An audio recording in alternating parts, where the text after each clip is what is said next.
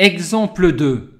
Je lance un dé équilibré jusqu'à obtenir un 6 et on me demande de déterminer la probabilité de l'événement. Les n-1 premiers lancés donnent 2 ou 4 et le nème donne 6. Face à un tel énoncé, voit-on naturellement des cases lampes à utiliser pour caractériser l'événement dont on souhaite déterminer la probabilité? Oui, et quelles sont-elles?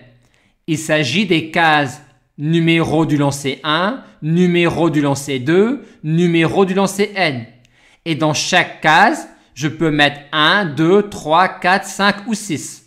Et pour déterminer la probabilité de AN, je vais commencer par décrire tous les mots correspondant aux situations où AN se produit.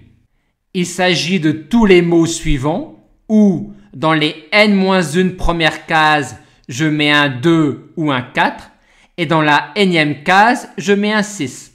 La probabilité d'avoir un de ces mots est chaque fois la même, à savoir 1 sixième fois 1 sixième fois 1 sixième fois 1 sixième égale 1 sixième puissance n. Et combien de mots de cette forme-là y a-t-il? Il y en a 2 puissance n-1 car dans les n-1 premières cases, j'ai à chaque fois 2 possibilités pour la remplir, un 2 ou un 4.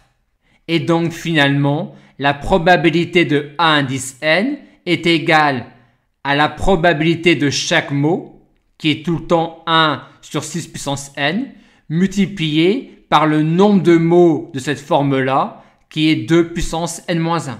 Dans la question suivante, on me demande de déterminer la probabilité de l'événement tous les nombres obtenus sont pairs, en se rappelant qu'on lance le dé jusqu'à obtenir un 6.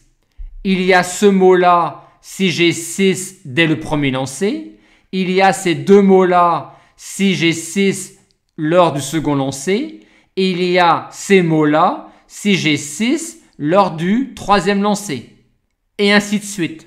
On pourrait ensuite déterminer la probabilité de chaque mot et sommer toutes ces probabilités.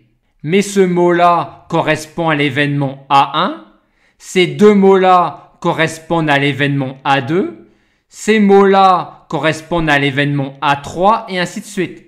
On se rend alors compte que l'événement A n'est rien d'autre que la réunion des événements A indice n.